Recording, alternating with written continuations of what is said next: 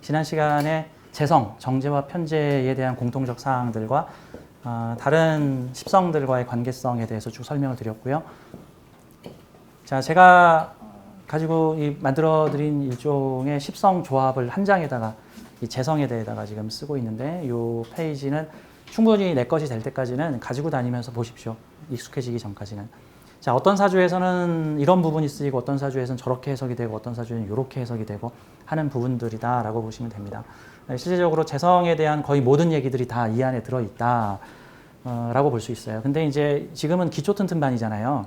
7대3 법칙에서 기초 튼튼반은 7에 대해서 배우고 있습니다. 나중에 이제 고급반으로 들어가게 되면은 3에 대해서 배워요.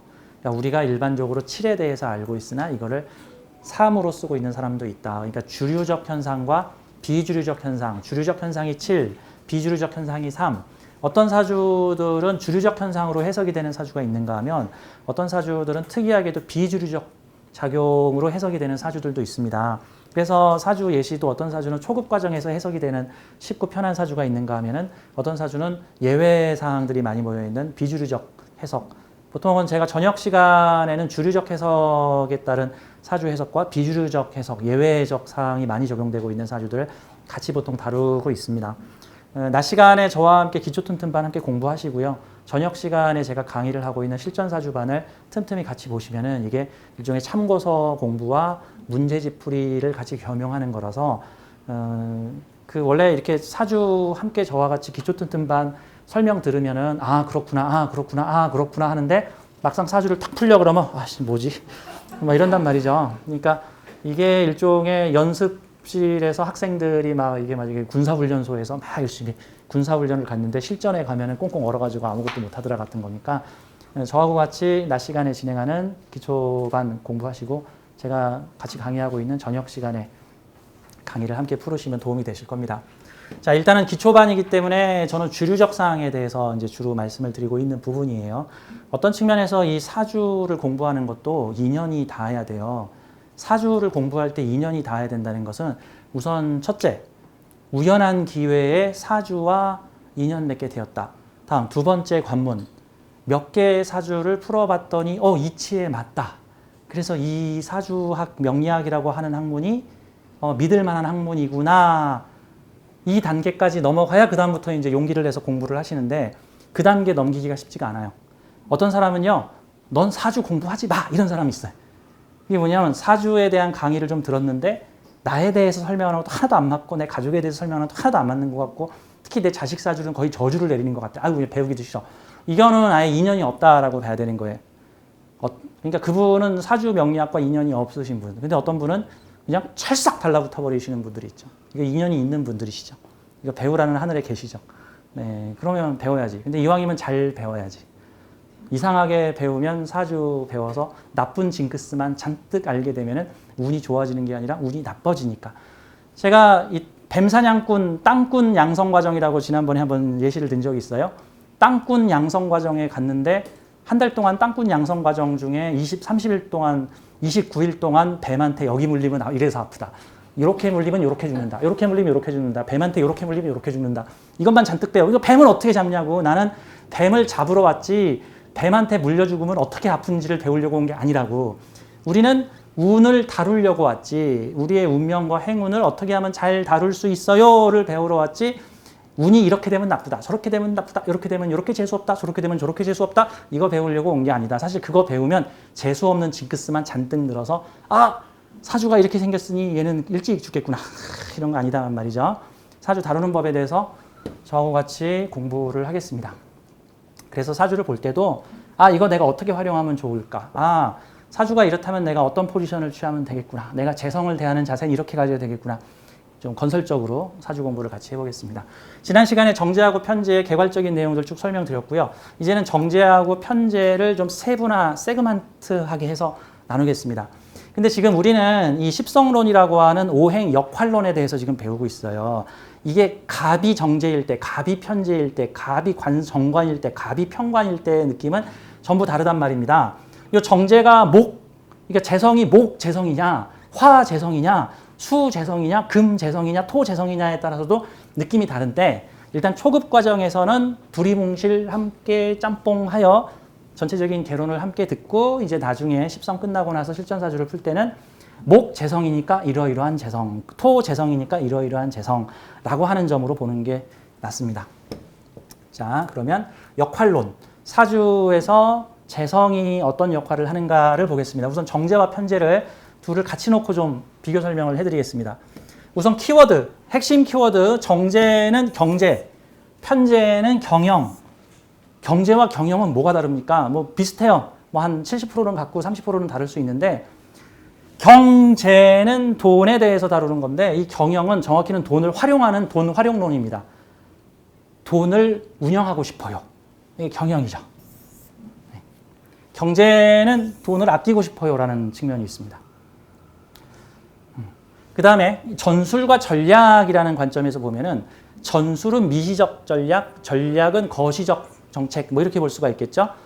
자, 어느 전투에서 소대장이 부대원을 잘 이끌어서 암흑의 적의 참호를 점령했어. 이거는 전술적 측면인 거고, 암흑의 정치인이 전쟁 전략을 잘 짜가지고 30번이나 패했지만 한 번의 성공으로 전쟁을 승리로 이끌었어.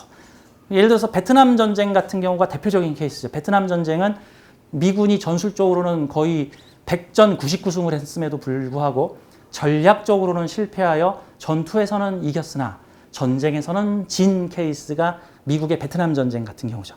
베트남전에서 베트남군은 계속해서 전투를 벌이기만 하면은 그 놀라운 그 미군의 화력에 의해서 그 수많은 사상자를 내기는 했지만 결국 어떻게든 미군의 사상자를 조금씩 누적시키면서 미국의 반전 여론을 이끌어내가지고 결국은 미국이 스스로 물러나게끔 만들었다. 뭐 이런 모습으로 이게 불쌍한 척을 많이 한 거죠. 불쌍한 척을 많이 한 거죠. 가령 그 혼내는 시어미보다 뭐 말리는 시누이가 뭐 더 밉다. 뭐 이런 얘기 같은 경우.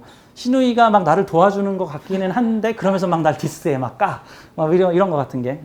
자, 그래서 요 정제는 전술성을 따지고요. 이번 달 가계부 소비를 얼마로 줄였다. 쿠폰 몇 개 모아가지고 얼마의 이득을 봤다. 뭐 이런 것들이 전술성이라고 한다면 전략성을 따지는 건 편제다라는 거예요. 그래서 정제는 현미경에 돈을 다룰 때 현미경에 비유하는 거에 비유하고 편제는 만원경에 비유한다. 자, 숲을 볼 때 숲을 보는 사람 거시적으로 보다. 나무를 보는 사람 디테일하게 보다. 정확하게는 숲도 보고 나무도 보고 해주면 좋은데 정제는 주로 나무에 집중하고 편제는 주로 숲에 집중한다. 얘는 무조건 숲이고 얘는 무조건 나무고 이렇게 이분법 아니에요. 나무에 대한 비중이 좀 높고 여기는 숲에 대한 비중이 좀 더 높다라는 측면입니다. 그러면 단기적으로는 이익을 보더라도 장기적으로 시장을 석권하여 우리가 시장을 싹쓸이하자. 이거는 편제적 전략이라고 볼 수 있죠. 그 다음에 어떻게든지 지출을 줄이고 알뜰하고 경제적이고 효율적으로 돈을 활용하여 누적 수익을 증대시키자라고 하는 거는 정제적 마인드라고도 볼 수 있죠. 물론 정제를 가지고 있는 사람도 편제적 마인드 활용할 거고 편제적 마인드를 가진 사람도 정제성을 보겠지만 일단 주된 관점은 그런 차이가 있다라고 보는 겁니다. 사주에 정제와 편제가 함께 있으면 둘 다 사용한다. 정제를 주로 쓰고 있으면 정제적 마인드, 편제를 주로 쓰고 있으면 편제적 마인드라고 볼 수 있습니다. 자, 그래서 이 정제는 여기서부터 또 하나만 더 일간과 음양이 다름. 자, 제가 지난 시간에 식신상관 표현을 하면서 상관에 대해서 이런 말을 했습니다. 일간과 음양이 다른 오행들은 상호 보완성을 갖는다. 그래서 일간과 음양이 다른 겁재는 나를 상호 보완한 게 바로 겁재다. 내가 못하는 거 걔는 잘해. 내가 잘하는 거 걔는 못해. 걔와 내가 합치면 무적. 하지만 보통의 경우는 걔와 나는 싸우죠. 이것도 못하는 게 네가 사람이냐? 근데 걔는 또 걔가 못하는 걸 또 내가 잘하고 뭐 이런 게 있는 거니까. 그렇죠? 근데 대부분의 겁재성은 이것도 못하는 게 어떻게 공주야? 뭐, 얼굴도 나보다 못생긴 게 어떻게 저런 남자랑 결혼했어? 뭐 이런 게 일종의 겁재 정신이라고 볼 수 있죠. 근데 내가 못하는 걸 걘 잘했으니까 뭔가 있겠지. 자, 상관도 마찬가지죠. 일간하고 음양이 달라요. 그러니까 나의 모습을 보완하여 나를 보완하여 에너지를 내뿜다. 그래서 그럴 줄 몰랐는데 걔가 그럴 줄이야 라고 하는 게, 야, 걔가 가만히 있을 땐 몰랐는데 말을 했더니 달변가야. 걔 단점은 걔 말로써 다 보완됐어. 나이트클럽에서 나한테 꼬시는 남자가 다, 못생긴 게 왜 나한테 말을 걸어 그랬는데 너무 재밌어. 그래서 자신의 단점을 언변으로 해결한 나이트클럽에서 만난 남자. 뭐 이것도 상관 쓰는 남자겠죠? 이것도 상관. 장점도 되고 단점도 될 수 있겠죠? 자, 그래서 일간과 음양이 다른 오행은 상호 보완성을 갖는다. 재성이 일간과 음양이 다르면 상호 보완성 갖는 내 소유물이다. 상호 보완성을 갖는 내 소유물이다. 내 재물이다. 라고 볼 수 있는 거예요. 그래서 이 정제는 상호 보완성을 가지는 내 소유물이고, 편제는 나와 성향이 같은 재물성이다. 이게 장점도 되고 단점도 될 수 있습니다. 이걸 한번 예를 한번 들어볼게요. 남자 기준으로 보통은 배우자성, 애인성을 정제로 이렇게 표현을 하는데, 뭐 정제는 부인이고, 뭐 편제는 애인이다. 이제 이런 말이 흔히 명리계에 있죠. 이게 이제 어떤 차이가 있냐면은, 정제 부인은 나의 부족한 점을 상호 보완해주는 부인이다, 여자다라고 볼 수 있고, 편제는 상호 보완해주지 않고 장점은 더 장점으로, 단점은 더 단점으로 만드는 성격을 가지고 있다. 그럼 여자친구가 정제다. 그러면 나는 도시락을 못 싸는데 여자친구는 도시락을 잘 싸. 나는 책을 잘 안 읽는데 여자친구는 책을 잘 읽어. 나는 야구 경기 하는 거 좋아하는데 여자친구는 카페에서 독서 읽는 거 좋아해. 그래서 내가 못하는 거 부인이 대신해 줄 수 있어. 내가 돈을 못 버는데 부인이 돈을 잘 벌어. 또는 내가 돈을 잘 버는데 부인은 돈은 못 벌지만 살림을 잘해. 내가 애교가 없는데 부인이 애교가 있어. 뭐 이런 등등 이 상호 보완됐다고 볼 수 있죠. 근데 이제 내가 가진 장점은 같이 공유하고 단점도 같이 공유. 내가 책 읽는 걸 못해. 부인도 책 안 읽어. 내가 야구 좋아해. 부인도 야구광. 내가 낚시에 빠지를 좋아해. 막 스킨스쿠버 빠지 좋아하는데 부인도 빠지광. 그래서 집은 누가 지켜? 애는 누가 봐? 고양이 밥은 누가 줘? 우리 너저분한 집은 누가 치워? 나는 과소비를 하는데 부인도 함께 과소비. 나도 쇼핑 중독인데 부인도 쇼핑 중독. 그러면 돈은 누가 모아? 내가 사업을 하는데 부인도 사업해. 도대체 집은 누가 지켜? 이런 게 일종의 상호 보완이 안 되는 케이스죠. 그럼 이거는 근데 또 이렇게 얘기를 하면 그거 좋은데요? 예를 들어서 커리어 우먼 여자가 있어. 돈 되게 잘 벌어. 여성 CEO인데 막 연봉이 막 한 3억 4억 돼. 어떤 남자랑 결혼하고 싶습니까? 그랬더니 제가 연봉 3, 4억이니까 남자는 한 연봉 10억 돼야죠. 이렇게 얘기를 했다고 쳐. 그 여자가 편관을 쓰면 가능해. 근데 정관을 쓰면 집에서 살림하는 남자를 만나. 이효리가 노래를 불러야 돼. 계속. 그러면 집에 있는 강아지 누가 관리해? 남편이. 뭐 이런 게 일종의 그 상호 음양 조화를 맞추는 개념이다라고 볼 수가 있는 겁니다. 자, 이게 정제하고 편제적 개념인데요. 근데 이제 참고로 그 남자 사주에 재성이 없으면 부인이 없나요? 뭐 여자가 없나요? 라는 부분에 대해서는 이건 제가 나중에 좀 더 뭐 무자론에 대해서는 좀 설명을 할 거예요. 안 그래요. 뭐 한번 이렇게 볼게요. 사주에 어떤 성분이 없어. 사주에 어떤 성분이 없으면 이빨이 없으면 잇몸이 대신한다가 나와요. 이빨이 없으면 잇몸이 대신한다. 가령 우리나라에 통일부가 없다고 한번 생각해봐요.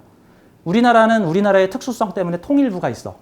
그럼 우리나라에 통일부가 없으면 북한과의 관계성에 대해서 통일부 대신 무슨 부서가 나설까? 뭐 1순위 국방부, 뭐 2순위 외교통상부가 나서겠죠.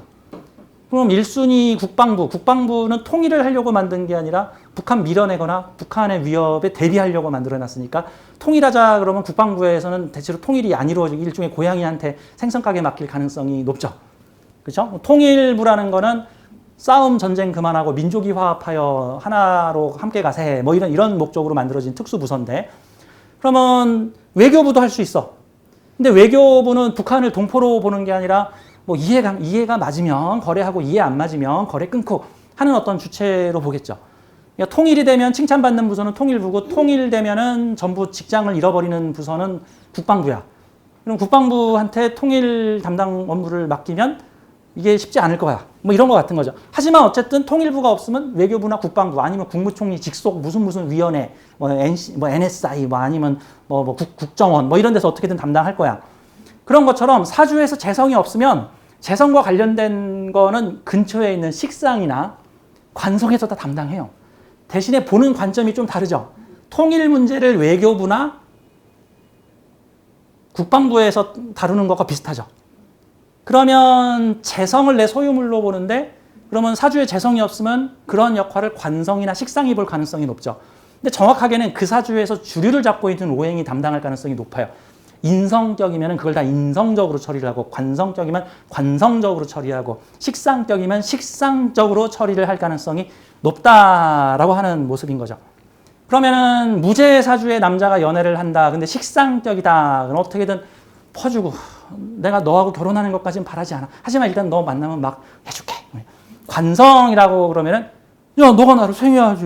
내 지위를 높여줘야지. 라는 그런 측면으로 올 가능성을 볼 수가 있죠. 비겁이 많으면 친구로 여기겠죠. 이제 내 사주가 비겁의 논리에 따라서 움직이는 사주니까 비겁이라는 부서가 많으니까 마치 이렇게 보면 되는 거예요. 사주에 재성이 많으면 대통령이 누구랑 맨날 회의하고 있냐면 재경부 장관 6명하고 회의하고 있는 거랑 같은 거야. 그러니까 뭔가 맨날 개발 논리만 나와. 개발 논리만. 어떻게 하면 다스리고 지배하고 영향 넓히고 개발하고 소유하고 보존하고 뭐 이런 형태가 되는 거고. 인성들하고만 회의를 해봐. 그러면 맨날 어떻게 되면 보존하고 공부하고 문화를 만들고 뭐 다스리고 뭐 이런 인성적 마인드로서 그러면 인성 다자가 여자를 만나면은 재성으로 보기보다는 인성으로 보겠죠. 그럼 우리 어머니의 손맛을 내줄 수 있는 여자를 내가 아플 때 와서 미음 끓여주고 나 간호해 줄 수 있는 나를 생해 줄 수 있는 나 힘들고 어려울 때 옆에서 위로해 주는 여자라는 개념으로 보겠죠.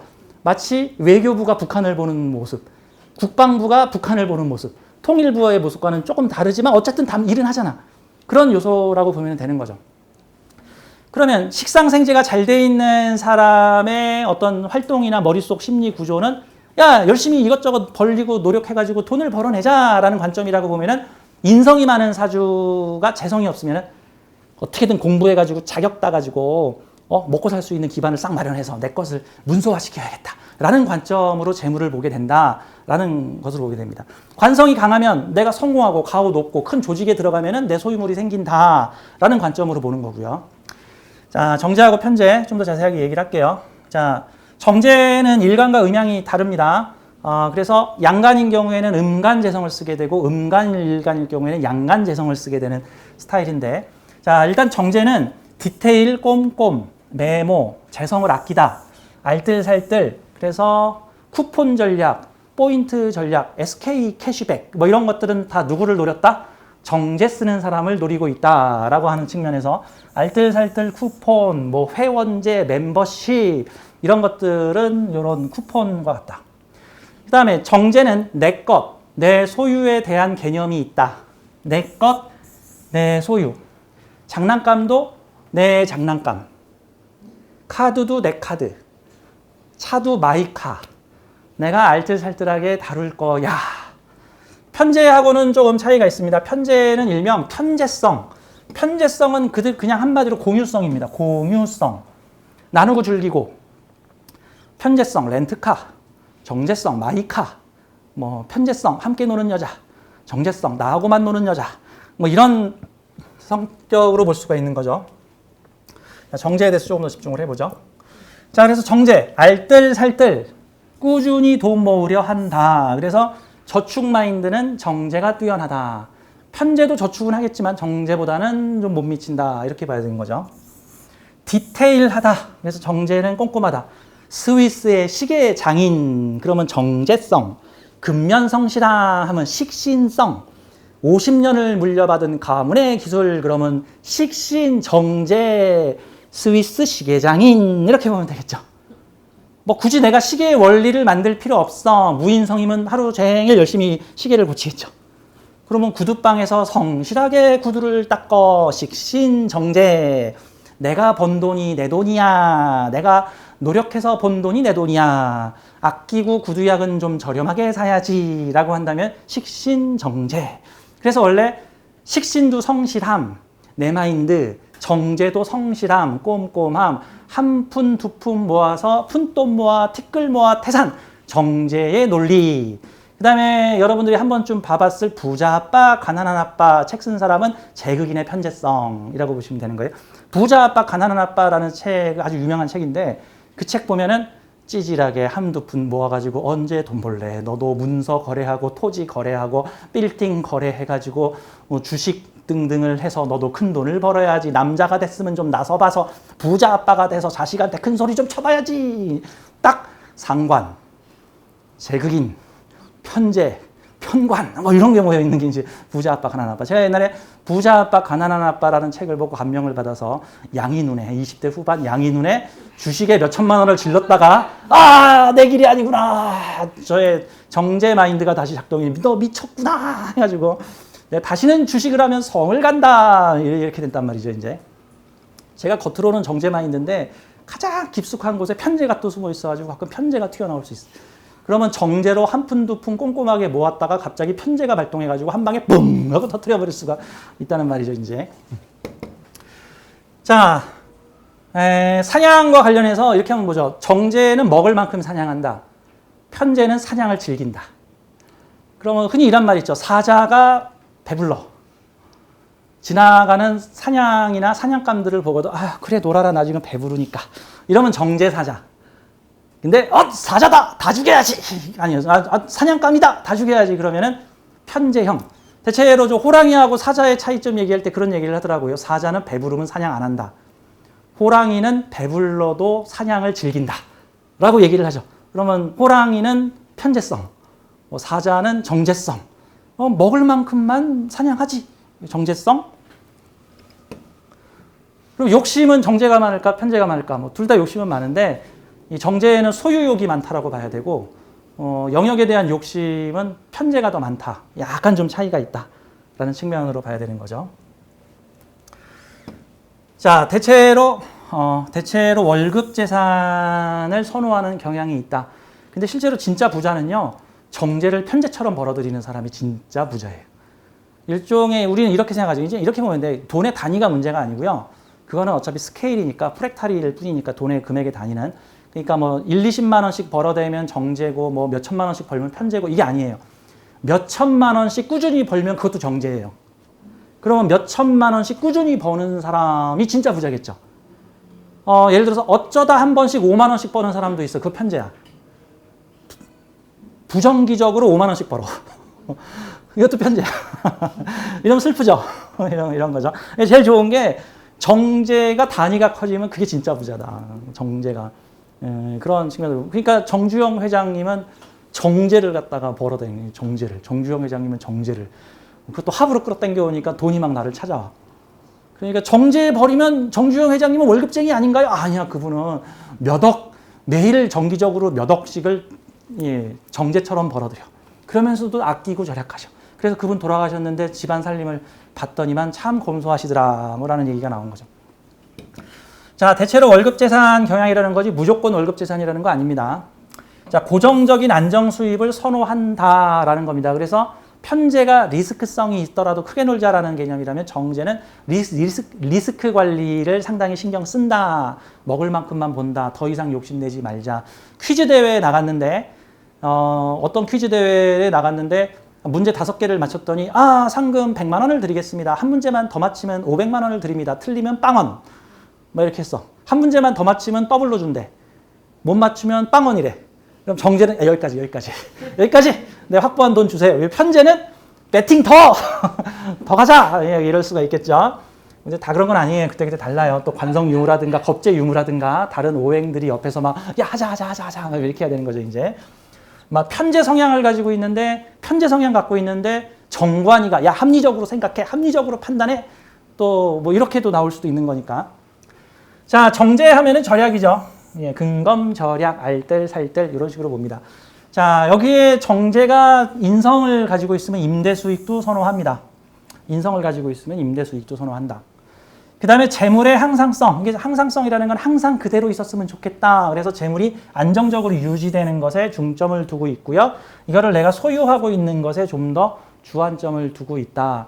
그러니까 정제가 소유, 편제는 활용, 이런 느낌으로. 그러면 정제는 돈을 쥐고 있기, 편제는 돈을 활용하기에 좀 더 주안점을 가지고 있다라는 측면으로 볼 수 있습니다. 그럼 사주에 정제에 있는 사람한테 안정적으로 얼마씩 보장해드립니다. 이게 먹힐 거고, 편제는 인생 한 방이에요. 요거 성공하면 대박. 뭐 사람들 지금 다 투자하고 있어요. 늦게 오면은 없어요. 겁재까지 있으면 이제 경쟁 승리, 경쟁 심리 이런 식으로도 볼 수 있는 거예요. 자, 정제, 티끌 모아 태산.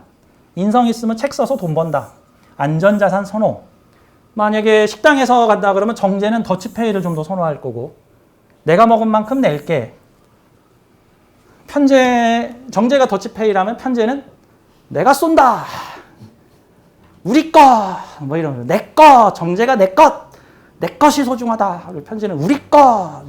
이런, 이건 십성이 더 붙어야 돼요. 내가 쏜다 하려면은 양인의 편관 붙어 있으면 내가 쏜다. 라고 또 볼 수 있죠. 편제 심리, 우리 함께 먹고 놀고 마시자. 이런 측면으로 보는 거니까. 자, 그럼 정제를 비하하는 표현 중에 그 유명한 표현이 뭐냐면은, 여럿이 밥 먹고 계산할 때쯤 되면 신발끈을 맨다. 예, 신발끈을 맨다. 정제는 신발끈을 맨다. 이게 이제 정제가 나쁘게 작용할 때, 아주 나쁘게 꽁생원처럼 작용할 때 나타나는 말이다. 보통은 알뜰살뜰의 신으로 정제 있는 여자는 살림꾼이다 라고 보통은 길신으로 보통은 추앙을 받는다. 나의 장단점을 맞춰주는 소유물이다 라고 볼 수 있겠죠. 그러니까 이거를 프랙탈을 작게 만들 때 내 돈이고, 프랙탈을 확장시키면 내가 소유하고 관리하고 있는 모든 것이 다 재성이라고 볼 수 있어요. 그럼 중세 시대로 치면은 성주의 재산은 다 재성이야. 그럼 성주의 영토, 성주의 머슴, 성주의 하인, 우리 집 하녀, 이거 다 재성이야. 재성. 근데 주인이 그냥 아무데나 그냥 막 다 어지르고 갔는데 시녀가 그냥 깔끔하게 치워놔. 이거 정제겠죠. 주인이 그냥 막 남봉꾼처럼